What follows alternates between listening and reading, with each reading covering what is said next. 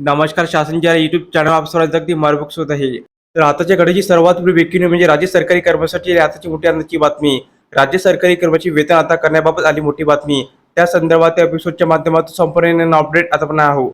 तत्पूर्वी मी आपल्याला सांगू इच्छितो आपण चॅनल नवीन असेल तर चॅनलला सबस्क्राईब करायच्या बाद चला आजच्या नवीन अपडेट सविस्तर समजून सुरू करूया.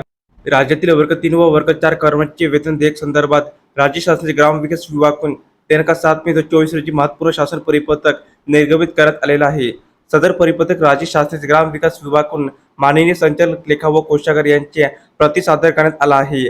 सदर परिपत्रकानुसार जिल्हा परिषदेतील वर्ग 3 व वर्ग 4 कर्मचाऱ्यांचे शिक्षक कर्मचारी वगळून वेतन देयक प्रदान यापुढे ही कुबेर प्रणालीद्वारे करावयाचे असल्याने पंचायत राज सेवा टीमने सदर प्रणालीतील कर्मचाऱ्यांची माहिती ई कुबेर प्रणालीशी संलग्न करावयाची कार्यवाही करण्यास सुरुवात केली आहे.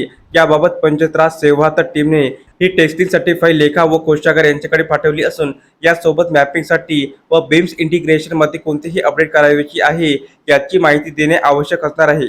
पंचायत राज सेवा प्रणाली ही ई कुबेर प्रणालीशी संलग्न करण्यासाठी व वरील सर्व तांत्रिक बाबीची पूर्तता होण्यासाठी काही कालावधी लागणार असल्याने सदर बाबीची पूर्तता होईपर्यंत पंचायत राज सेवा प्रणाली मार्फत होणारी जिल्हा परिषदेतील सर्व वर्ग 3 व वर्ग 4 कर्मचाऱ्यांचे शिक्षक कर्मचारी वगळून वेतन देयके ही प्रचलित पद्धतीने स्वीकारण्याची सूचना सर्व कोषागार अधिकाऱ्यांना आपल्या स्तरावरून देण्यास विनंती करण्यात आली आहे. त्या संदर्भात ग्रामविकास विभागाकडून दिनांक 7 मे 2024 रोजी निर्गमित करण्यात आलेले सविस्तर परिपत्रक पुढील प्रमाणे पाहू शकता. तर अशा प्रकारे राज्य सरकारी कर्मचारी संदर्भात अतिशय महत्त्वपूर्ण अपडेट या एपिसोडच्या माध्यमातून आपण पाहिली आहे. तर हा व्हिडिओ आपण आवडला असेल तर चॅनलला नक्की सबस्क्राईब करा, लाईक करा, कमेंट करा आणि असेच नवनवीन अपडेट मिळवण्यासाठी शासनच्या YouTube चॅनलला सबस्क्राईब करायला अजिबात चुका. धन्यवाद.